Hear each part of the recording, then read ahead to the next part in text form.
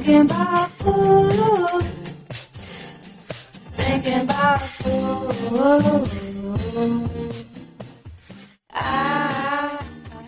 Well, hello, friends. Welcome to the Imago Nutrition Podcast. I am one of your hosts, Mark Lesney, and I'm here with my sister-in-law and dietitian extraordinaire, Danielle. Danielle, it's been a little while since we've been on an episode together. How are you? I'm good. How are you? Doing well. We've been doing some solo episodes. You know, we live in different states. We've got families. We've got schedules. We've got work obligations. And so we've been doing some solo episodes. Hopefully you guys have been enjoying those. But I like these the best because I get to make bad jokes and Danielle humors me and laughs at them sometimes. So it's always more fun when we're together, yeah? Yes, most definitely. Awesome. Well, if you are someone who does not eat meat, does not prefer meat, this is the episode for you. We've got a great question, a great topic. We're going to talk a little bit about some non-meat options to help you hit your protein goal. We'll also talk a little bit about why protein is important and about how much protein you should be thinking about bringing into your system or your daily nutritional regimen and what that means. And so a couple considerations there, but we're going to get very practical with you because this is the podcast where we want to give practical nutrition strategies to help you and your family flourish. And so the way we're doing this is we're taking a question that has been submitted to us. And so it's not just a topic that we plucked out of thin air. And so the question is this, by the way, if you want to ask a question, you can head over to Imago Nutrition Podcast, the webpage that we have. So go to imagonutrition.com, imagonutrition.com/podcast. And there's a little form there. You can submit your question and we will consider it as a topic for an episode. And so this question was sent to us from David in California. And David says, if I don't eat meat, what is the best way to get my proper protein in? And then in parentheses says asking for a friend. And so David is asking this question on behalf of a friend and is curious how someone who does not eat meat gets proper protein, which is a really great question. Danielle and I spend a lot of time with clients and with folks that we work with on protein. And so this is one of those things that we see consistently and work with consistently. And so, Danielle, if you don't mind, what I'll do is I'll just set us up real quick, kind of talk about why the body needs protein, its role in the body, which will not take super long, and then about how much protein do I need, some considerations for that. And then I'll toss it over to you, and you can get into the actual foods to hit that protein goal in a non-meat fashion. Does that sound good? Sounds great. All right. That's what I was planning on doing anyway, so I just wanted to see if it still sounded good. So, all right, let's talk real quick about why we need protein. So this is not because we're bro science or we're gym rats or we're bodybuilders. The first thing I would say is don't be afraid of protein. Protein is incredibly important for a lot more. Yes, it can help build muscle, but it doesn't mean that if you optimize your protein intake, you're suddenly going to turn into a gorilla. Okay, and so protein, very important for both men, women, all ages and stages, all times and phases of life. And so a quick breakdown is that proteins are found in virtually every part of the body and all throughout our tissues. So it is woven into the very fabric of our being, okay? And proteins are made up of building blocks known as amino acids. We won't go down that rabbit trail. But when you hear amino acids, just know that those are the building blocks of proteins. Proteins are vitally important, and they're part of cells, they're part of organs, they're even a part of bones as well. And so, again, as I said, they're just woven into the fabric of our body, but also our metabolism. And so they play a role in blood clotting, immune function, production of hormones and enzymes, and many other bodily functions as well. So again, it's not just about building muscle. This is a part of our metabolism. It's a part of our physiology that our body requires. That's why it's one of the 3 macronutrients, one of the 3 nutrients we need in largest supply. So as I mentioned, yes, it helps build muscle and preserve muscle, which is a good thing for guys and for gals. It's good having that muscular framework to keep fat off longer, to maintain healthy body composition, for longevity, for injury prevention later in life, et cetera, et cetera. So muscle building and prevention of muscle loss, very important. And very practically, protein helps satiate and reduce hunger. So it's one of the things that we've seen in the research, helps people maintain a healthy body composition long into life. is having this optimal protein intake, because it helps, again, satiate the body, feel full, reduce some of the hunger pains that come along with sometimes a reduction in calories in order to hit goals. So protein, interestingly enough, also boosts your metabolic rate via what's known as the thermic effect of food. This is basically how many calories your body requires or burns while digesting protein. And so your metabolic rate can boost somewhere between 15 to 30% with protein, as opposed to 5 to 10% with carbs and 0 to 3% with fats. And so if you listen to our episode on 7 ways to increase your metabolism with nutrition, you know that the second point we made in that episode was hitting optimal protein for exactly this reason, is that it has the highest thermic effect of food. And so you actually burn more calories with optimal amount of protein in your body as you would with carbs and fats. Carbs and fats, absolutely important, but just know that one of the benefits of protein is that it boosts your metabolic rate. It also helps lower blood pressure. It helps manage blood sugar, helps the body repair after injury. And lastly, your body doesn't prefer it first. We don't want it to. It prefers carbs and fats for energy first. But if in need, your body can use protein for energy, though that's sort of a tertiary source of energy at best. And so, Danielle, anything to add to that or correct? No, that all sounds good. Yeah, I think it's most important to maintain your muscle mass, especially if anyone's trying to lose weight. So, yeah, definitely having that muscle mass doesn't mean you look like you've been to the gym every day. It just means that you're able to burn more calories sitting still. So, yep, and increase that resting metabolic rate, which is super important. And we had a co-coaching client that we worked with recently, and you had mentioned to them as well that with, I think you said most or many of your clients, you end up increasing protein. Is that correct? Do I remember that correctly? It was like 2 Saturdays ago. Yes, absolutely. Yep. And there's certain meals that are easier than others. Like breakfast is a little harder for most people. Right. And dinner's a little easier for most people. So. Yeah. Yep. So all said and done, very important. Why do we need protein? Again, there's a reason it's one of the 3 macronutrients, that it's one of the nutrients our body needs in large supplies for no less than the list we just gave you. And so let's talk real quick. We're going to get to David's question, but let's talk real fast about how much protein do I need. So according to the dietary reference intakes for macronutrients, a sedentary adult, so this does not account for activity, does not account for a lot of things, but a sedentary adult should consume 0.8 grams of protein per kilogram of body weight, or if you're an American and we want to be special, not use the metric system, you think in pounds. So what that recommendation is 0.36 grams per pound. Now, you may run those numbers and be like, oh, that's actually not that much, and that might be true. Just know, so that amounts to about 56 grams of protein per day for the average sedentary man, and 46 grams of protein per day for the average sedentary woman. However, we just want to state that the amount you may actually need may be more than that depending on several factors, okay? So the answer is it depends, which is an honest answer in a lot of things in life. Is, hey Mark, hey Danielle, how much protein do I need? The answer is, well, it depends.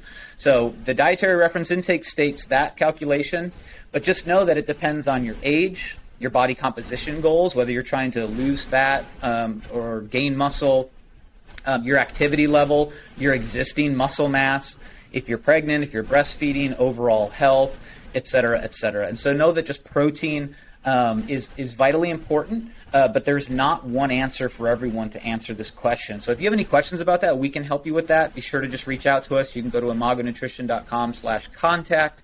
We can help you optimize protein relative to your goals, your age, your stage, wherever you are in life. And we also wrote an article on our website. You can go to imagonutrition/articles. Just scroll through those articles. We've got one called, I believe the title is How Much Protein Should You Eat in a Day? And that's where we break out the research per some of those considerations. So based on age or body comp goals or activity level or muscle mass, pregnancy, breastfeeding, et cetera, et cetera.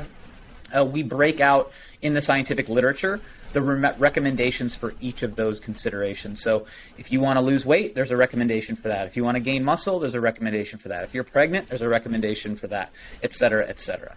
And so, so with that, let me restate David's question from California, and then Danielle is going to give some tips and some foods and some lists and ways to think about hitting this proper protein goal without meat. And so again, David in California asks, if I don't eat meat, what is the best way to get my proper protein in? Parenthetical, asking for a friend. So Danielle, what do you got? All right. So there's a couple different definitions you can think about when someone says they don't eat meat. So is it just meat? Do we eat seafood? Or most people do consider seafood as meat. So are you looking at vegetarian options, or are we looking at vegan options? So I'm going to give a little bit of everything there. So based on your food preferences, hopefully we'll give you some answers, whether you do follow the vegan style of eating or vegetarian style of eating, or just don't like meat. It gave one example for sure. You have your seafood. So that could be tuna or salmon. It could be shrimp or scallops, lots of different seafood options. And they all vary roughly. For an ounce of seafood, you're roughly getting about 6 to 7 grams of protein. And then for the next category would be like your soy-based foods. So that would be like tofu, veggie burgers, soy milk. Edamame would be soybeans. And so that would be a good source to incorporate if you don't like seafood and meat. So thinking about some soy products. The thing about soy is most people think it maybe increases risk for certain diseases such as breast cancer. The research shows that it does not, unless it's more of a processed soy product. So like a soy hot dog or a soy processed meat. So it's trying to become something. So just having the tofu by itself, right? Or the soy milk by itself, or the edamame by itself, and not going through all the processing, it's not increasing the risk for some, breast cancer, for example. So with soy products, you're getting about per ounce of tofu is about 2 grams of protein. And then you have soy milk and soybeans around 5 to 6 grams of protein per serving. So 8-ounce cup of soy milk or 1/4 of a cup of soybeans. And then like veggie burgers would vary depending on the brand for sure. So you'd have to look at that. And soy, sorry, that kind of, you just said no processed soy and now I just said veggie burgers. So you'd have to look at that label and see, is it just mixing of ingredients such as black beans, or is there a processed soy product in there, if that makes sense. And then for the next category would be your dairy. So what's great about dairy is it also not just a source of protein, but it gives you some calcium. Some products have vitamin D, like your milk. Some products have probiotics, like your yogurt and kefir. So you're getting a little extra nutrients as well with the dairy. So, and it's pronounced kefir, huh? Yeah. Some people say kefir. That's what I say. I say kefir. And for those that don't know, that's basically a fermented milk, right? It's kind of like a thin yogurt. I've never had it, but I know a little bit about it. Yeah. Is that the case? It's tart. It takes a little getting used to. Some people like it right away, like I did. Some people don't like it at first, like my mom, and then she found all the benefits to it. She could feel all the benefits to it, and so now she actually travels with kefir. So, kefir. Yeah. I'm a keeper guy, but keeper, right. Whatever you think. Gotcha. So anyway, yes, the dairy is a great source of protein. Then you have more of those plant-based protein sources, so beans and lentils. Lots of variety of beans out there: hummus, chickpeas, black beans, refried beans. Yeah, you name it. There's tons of beans out there. And then lentils. Lentils are really just a quick cooking bean. So they're flatter, they cook really fast, and you can make a lot of things with it. You can make lentil burgers or lentil meatloaf, or you can do a lot with that. Lentil soup. There's also like split pea soup, or peas. Peas also are a good source of protein and fiber, with a little bit of carbs. So about a fourth of a cup of your beans are going to give you about 3 to 4 grams of protein. So you think about half a cup, obviously double that. So good source of protein and really fiber. Those are great for heart health because it's also increasing your fiber when you increase those beans and lentils. It's the way I lowered my cholesterol just by eating more beans and lentils. And you can do like a lot of different things, like I said, with it. And then the last one is my favorite food, nuts and nut butters, like peanut butter and almond butter. Yes, peanuts, almonds, cashews, pistachios, pecans, walnuts.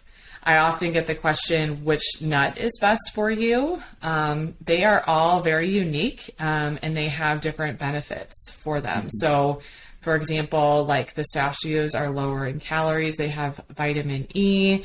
Almonds are high in fiber. Walnuts have the omega-3 fatty acids. So just having one nut all the time is not necessarily bad, but ideally you'd have a variety of those to get all the different benefits. And then we also have, of course, miscellaneous foods. They now take those bean and lentils and make it into pasta. So one brand is called Barilla Protein Plus Pasta. Then they have pasta that's just straight lentils. So the Barilla Protein Plus Pasta, that has a little bit of wheat in it. So it's like a cross between your wheat pasta and the bean and lentil pasta. And then you have the lentil pasta. Okay, so that is straight lentils, or chickpea pasta, straight chickpeas. So that's a great idea of ways to get some protein in a mainly carbohydrate food that people think about. Now they also have, of course, like high protein cereals, high protein waffles, high protein pancakes. So they're starting to put like egg whites or protein powder in these products. So that can be helpful if you don't like meat, how to incorporate some protein in breakfast. So I mentioned earlier that breakfast is kind of the hardest for most people to get their protein in, especially if you don't incorporate eggs. And we wouldn't want to necessarily incorporate eggs every day, especially if you have high cholesterol. So outside of eggs for breakfast, you can lean towards the dairy, but then, like I said, you have these, one brand is called Kodiak cakes. Kashi has high protein waffles. So there's lots of different brands out there that have now added like egg whites or protein powder into, their pancake mix or waffle, frozen waffle. So also, if you're buying those, just check and see if it's also high in fiber. So the 3 grams of fiber or more on the nutrition label, and you'll be getting a better product. Another one of my favorites would be quinoa. So quinoa is so versatile, it quicks quicker than rice. It has really virtually no flavor, so it's taking on the flavor of whatever dish you're making. So you can make quinoa burgers, you can make quinoa bowls, you can make quinoa salads, make it like more of a cold summer refreshing lunch. So lots of different options with quinoa. So how does that sound, Mark? It's a good list for you. Sounds amazing. Sounds amazing. Yeah, we talked about just a lot of different options. Again, defining what you mean when you say non-meat. That's really, I think, the key. And then you can just kind of go back through everything that, you talked about and just see, am I non-meat? Am I non-meat, non-seafood? Am I non-animal protein? But we've kind of covered all that. That's really, I think, the big question. And then just finding your preference and just being mindful and seeking it out. And so these podcasts are hopefully a great resource for you, but there's nothing better than turning that food around on the nutrition label and taking a look at some of the nutritional values and the foods that you prefer and the ones that you're looking to source, these nutrients from. So, and while we do talk about, food first, supplement second, I did want to toss out 2 supplement options. Again, ideally we're sourcing the vast majority, if not all of our protein from, minimally to no processed, whole natural foods, if you will. Okay. But in the event that you could utilize a supplement, it's not wrong to utilize a protein supplement. And so I do it from time to time as well. And so to hit that optimal protein for my goals, I often supplement with a good whey protein. I currently have a whey isolate protein that I like. And so that's on the dairy side of things, right? So that's used from the cheese making process as whey. That works if you're vegetarian, but if you're vegan, obviously that does not. And so if you're vegan, I like to recommend a good pea protein. Danielle talked about peas a little bit earlier. And so just know that on the supplement side too, it could be exactly that. Remember, a supplement is a supplement. It should not be the majority of your intake of any nutrient. And so if a protein supplement might help as well, think about either like a good whey protein or a good pea protein.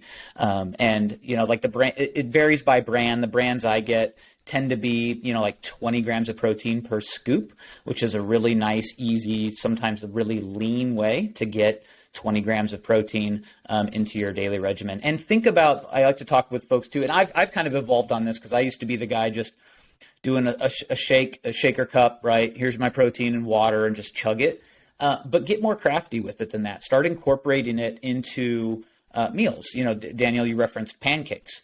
Thinking about using like your chocolate protein powder as an ingredient to make like chocolate pancakes, right? And just, like I even put sometimes a scoop of chocolate protein powder into my oats.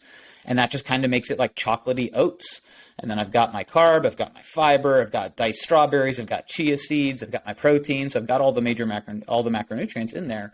But I use that as more of an ingredient than just this standalone thing I got to chug every day because it's, brotastic. So, so just think about supplements as well. But again, we want to stress food first. Try to source the vast, vast, vast majority of your protein needs from whole, natural, minimally to no processed foods. So.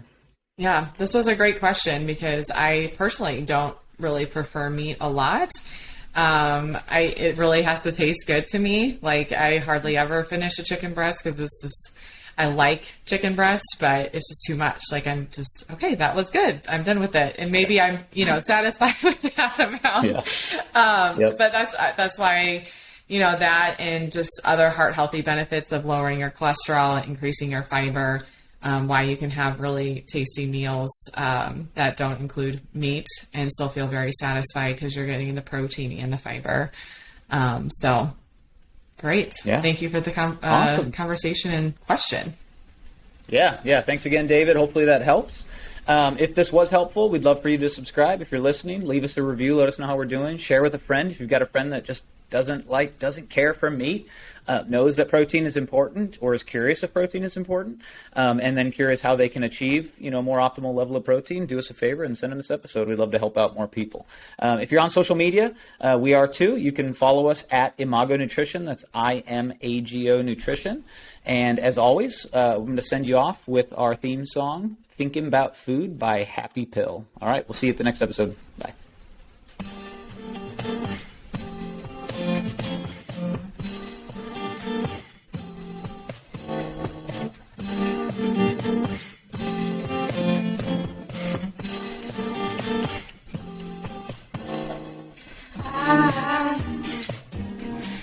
Thinking about food. Thinking about food.